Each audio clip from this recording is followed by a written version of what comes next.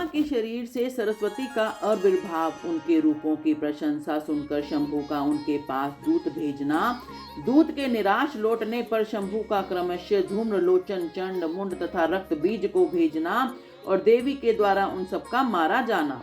ऋषि कहते हैं, पूर्व काल में शंभु और निशंभु नामक दो प्रतापी दैत्य थे जो आपस में भाई भाई थे। उन दोनों ने चराचर प्राणियों सहित समस्त त्रिलोकी के राज्य पर बलपूर्वक आक्रमण किया। उनसे पीड़ित हुए देवताओं ने हिमालय पर्वत की शरण ली और संपूर्ण अभीष्टों को देने वाली सर्वभूत जननी देवी उमा का स्तवन किया। देवता बोले, महेश्वरी दुर्गे आपकी जय हो, अपने भक्तजनों का प्रिय करने वाली देवी आपकी जय हो।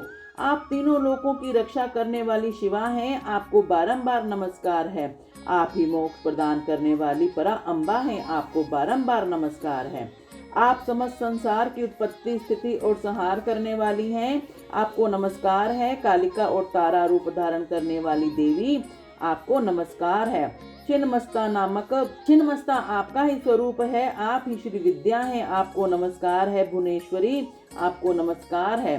भैरव रूपणी आपको नमस्कार है, आप ही बगलामुखी हैं, आप ही घूमावती हैं, आपको बारंबार नमस्कार है। आप ही त्रिपुर सुंदरी और मातंगी हैं, आपको बारंबार नमस्कार है।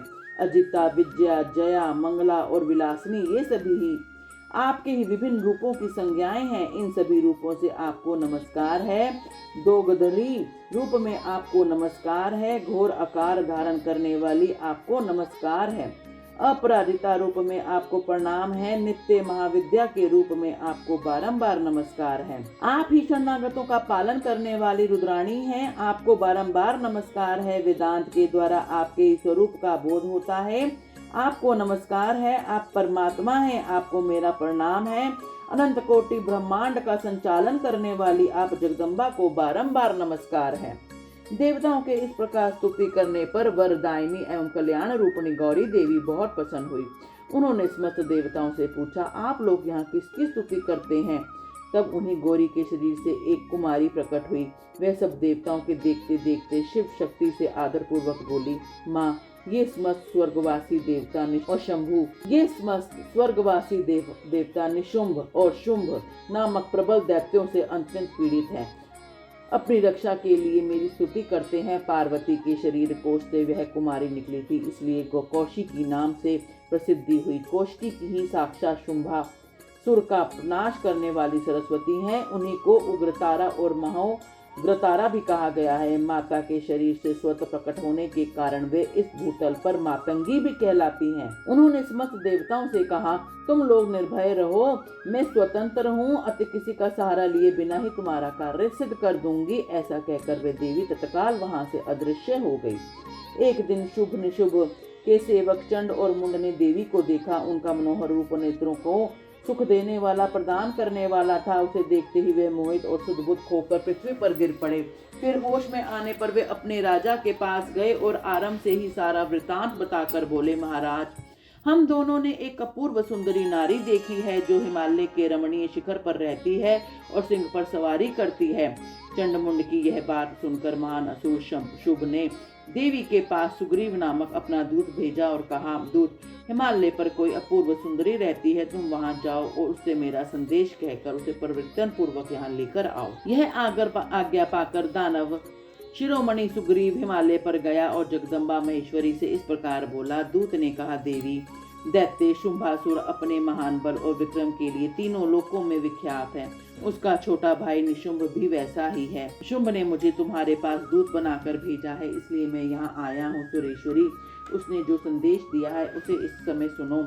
मैं सम्रांगण में इंद्र आदि देवताओं को जीतकर उनके समस्त रत्नों का अपहरण कर लिया है। यज्ञ में देवता आदि के दिए हुए देव भाग का मैं स्वयं ही उपभोग करता हूँ। मैं मानता हूँ कि तुम स्त्रियों में रत्न हो, सब रत्नों के ऊपर स्थित हो, इसलिए तुम काम जनित रस के साथ मुझको अथवा मेरे भाई को अंगीकार करो।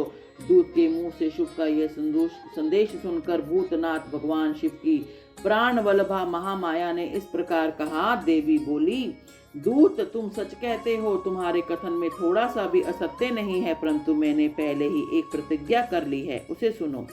जो मेरा घमंड चूर कर दे, जो मुझसे युद्ध में जीत जाए, उसी को मैं पति बना सकती हूँ, दूसरे को नहीं। यह मेरी अटल प्रतिज्ञा है। इसलिए तुम शुभ और नशुभ को मेरी यह प्रतिज्ञा की बात बता दो, फिर इस विषय में जैसा उचित हो वैसा वे करें। देवी की बात सुनकर दानव सुग्रीव लौट गया। वहां जाकर उसने विस्तार पूर्वक राजा को सब बातें बताई।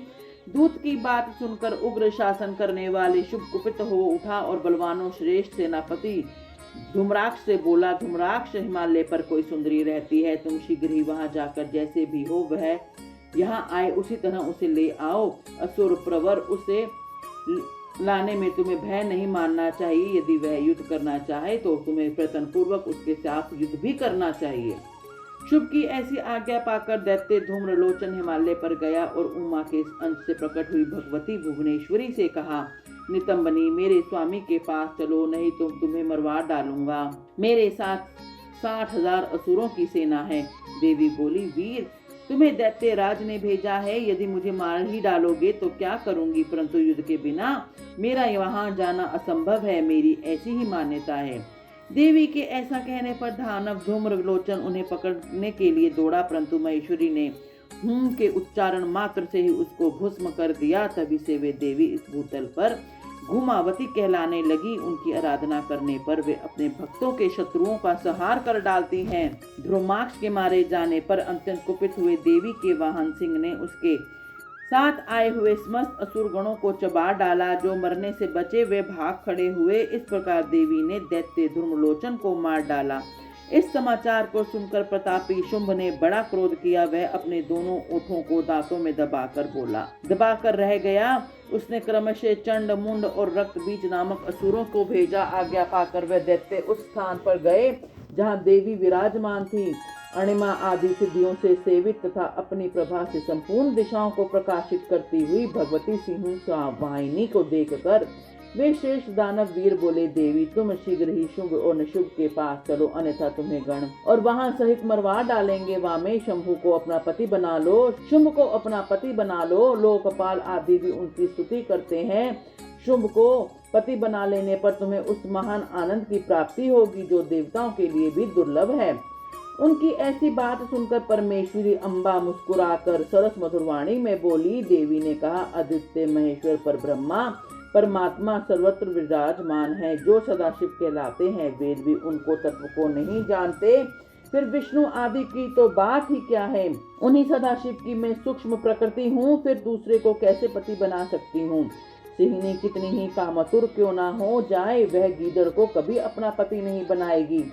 हथनी गधे को और बांगिन खरगोश को नहीं वरेगी। दैत्यों, तुम सब लोग झूठ बोलते हो, क्योंकि काल रूपी सर्प के फंदे में फंसे हो। तुम या तो पताल को लौट जाओ या शक्ति हो तो युद्ध करो। देवी का यह क्रोध पैदा करने वाले वचन सुनकर वह दैत्य बोले, हम लोग अपने मन में तुम्हें अबला समझकर मार नहीं रहे थे, परंतु यदि तुम्हारे मन में युद्ध की ही इच्छा है तो सिंह पर सुस्थिर होकर बैठ जाओ और युद्ध के लिए आगे बढ़ो। इस तरह वाद विवाद करते हुए उनमें कलह बढ़ गया और सम्रांगण में दोनों दलों पर तीखे बाणों की वर्षा होने लगी। इस तरह उनके साथ लीला पूर्वक युद्ध करके परमेश्वरी ने चंड मुंड सहित महान असुर रक्त बीज को मार डाला। वे देववेरी असुर द्वेष बुद्धि करके आए थे, तो भी अंत में उन्हें उस उत्तम लोक की प्राप्ति हुई जिसमें देवी के भक्त जाते हैं। बोलो हर हर महादेव।